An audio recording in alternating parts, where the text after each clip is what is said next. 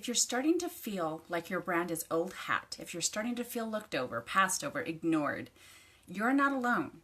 If you are thinking that there's something about your business, something about your brand that's got to change, that's got to be shaken up a little bit, you're not alone. You're probably right. There are so many ways that we become very complacent in our branding. We think, well, we've got our logo, we've got our business cards, we've even got a really kick-butt message. Now what, right? But we either do one or two things. Hey, Ashley, thanks for jumping on. We do one or two things. We have a tendency to get very status quo is fine. We're making the money, things are coming in, everything is fine. So we just go with the flow day in, day out, which by the way is a very meh way to do business, right?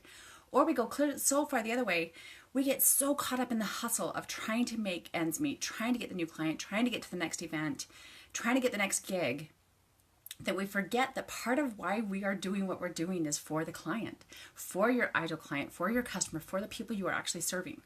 So today I want to share with you 3, I don't want to say easy. They're things you can do though. You don't have to pay anybody else to do them unless you need some support, in which case we should chat. But these are things that you can do and you can start immediately, and to help you get a little bit of a oomph in your brand, a little bit of a facelift, and really help you become and stay relevant with your brand. My name is Amber Griffiths with Your Brand by Design, and I am a branding expert and a rock star, and I cannot wait to share these things with you. If you are missing out on some of the brand chat, you can always follow me at Your Brand by Design here. You can also follow me on Instagram. I'm on LinkedIn. I work with some amazing social people over at Simply Online with Christy Hansvik and her team, and so I'm kind of everywhere. But it's always nice to have a little bit of an input, a little bit of an injection of branding expertise in your world, so that it does keep your head in the game. And again, once you have the foundation of your brand, this is not like it's hard. It's not stuff you have to completely recreate every time you jump online. So let's just jump into it. 3 things that you can do to keep your brand relevant right now. The first thing is to take a position, claim it, make it yours. Go ahead and have an opinion about something. Have a point of view.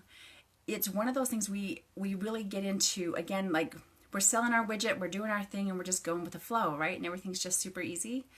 And we really try not to ruffle anyone's feathers. And heaven forbid we take a stand on something that we're passionate about, that we're excited about, that we feel very strongly about. If you want your brand to stay relevant, you get to take that stand. And it doesn't have to be confrontational. It doesn't have to be contentious. It doesn't have to be political or religious or whatever that is. It just has to be real. It has to be authentic. It's okay if when you speak to your passion, when you speak to what you really truly believe in, your authentic self, if you anger someone, congratulations. And again, not to be offensive, not to try to belittle someone and make it personal. But if you speak so strongly and so powerfully to something that you feel that way about, there should be somebody on the opposite side that says, hey, I feel exactly that strongly about the completely opposite point of view. You should be able to ruffle a few feathers. Your point of view, your position gets to be something that gets people thinking, which means it's going to stay relevant. It's going to shake them out of their comfort zone just a little bit, just enough to make them think twice. And especially if it relates to your industry, it's going to make them think, wow, I hadn't thought about that way before. I should maybe check her out. Ooh, I should maybe call her. I hadn't thought about that way. I wonder what she could do to help me. Take a position, take a stand. It keeps your brand relevant. Okay? The second thing, nowadays, it's not even, I don't even want to say it's new, but especially more than when marketing first started and when they first started branding and first started newspapers and magazines and social and all those other things. Now more than ever, people are looking for an advisor. People are looking for someone with the experience and the authority to show them the way, to share their stories with them, share their passions with them, and explain to them why it matters and how to do it. They are not looking for salespeople. I know that there are a lot of you out there who say, I can't do sales. I'm not in sales. I can't do sales. I'm afraid of sales. The sales conversation scares me. I would rather eat a bug than make a cold call. That one's my personal mantra. But now, by the way, if you do have that opinion about sales, let me introduce you to my friend Katie Nelson with Sales Uprising. She explains how sales is like oxygen. And that actually just proves my point. If people are looking for an authority, they are looking for an advisor less than the salespeople. If you sell as easily and as calmly and as free-flowing as you breathe, you are just sharing your genius and your expertise. You are just sharing your story and your passion. And that is what more people are looking for now more than ever. They don't want to be sold to. They want to have someone share it with them. They want to understand why it matters to you, why it's important to you, why are you so driven. Whether it's a product or a service, it doesn't even matter. They want to understand from your perspective why it's important, why it's critical, and why they should engage. That is not sales, in the traditional manner where you call up and say, this is my pitch, do you want to buy, right? When you just share your genius and your passion, you're actually being more of an advisor, and you will find that your sales comes more easily. Again, check in with Katie. If you don't know her right now, find me. Just put Katie, Katie in the bottom, and I will connect you. But be aware that your people want the experience, want the story. Don't sell them. Share. That's another way to keep your brand more relevant. It keeps it updated. It keeps it fresh, because your experience and your perspective and the way you talk about it, it changes every day as you have new experiences and new exciting things going on. You do not talk about what you do right now the same way you did a year ago. Things change, energy shifts. You've been places, you've talked to people, you've learned, heaven hopes, you've learned something in the last year. You talk about it differently. So the more you just share and are an advisor for what you do, you are an advocate for your service or your product, the more relevant your brand becomes. Does that make sense? So that's number 2. The third one, by the way, before I get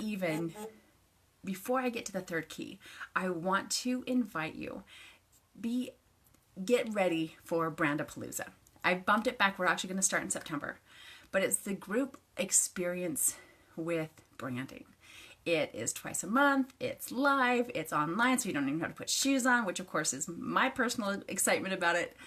But get ready for that. It's coming in September and it's going to be spectacular.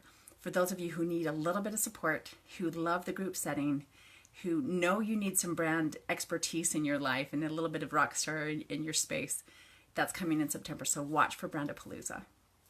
So we've talked about the first 2, right? The ways to keep your stuff relevant. First, claim a position.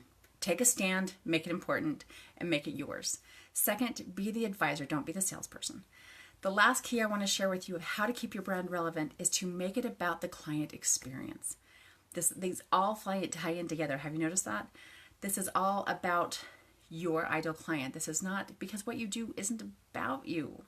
I mean, it kind of is. It's what you love and it's what you're doing, but it's so much about what you're creating for your ideal client and the experience that you're creating for them. If you want to stay relevant, create an experience.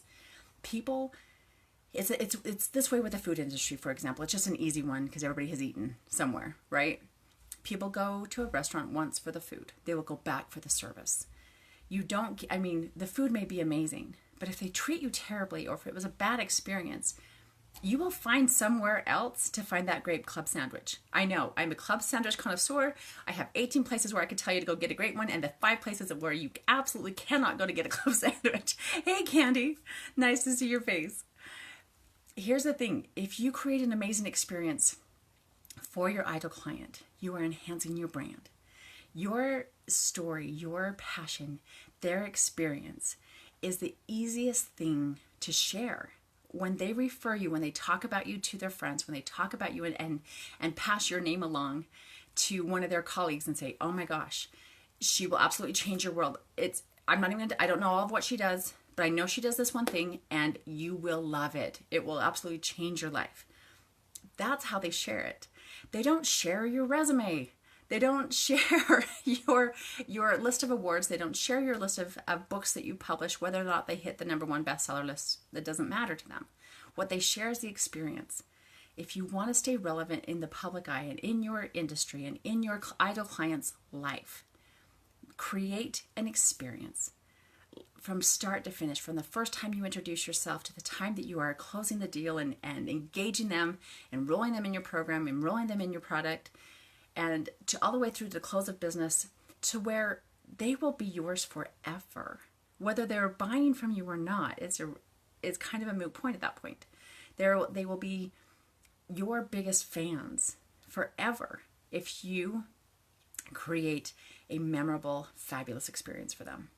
So this is why I'm saying you can totally do these things. You don't have to have a branding expert walk you through it. I'm happy to do so. If you're just wondering how to get clear and how to take these next steps to really make your brand relevant, you can absolutely go to my website, yourbrandbydesign.com/duet, DUET, find a spot on my calendar that fits your schedule perfectly, and we will have a conversation about that. But in the meantime, these are things you can do. And not only does it make your brand more relevant, it engages you and deepens your connection to what you are selling, to your product or service. It deepens your commitment and your focus onto your vision, to your passion, to your mission.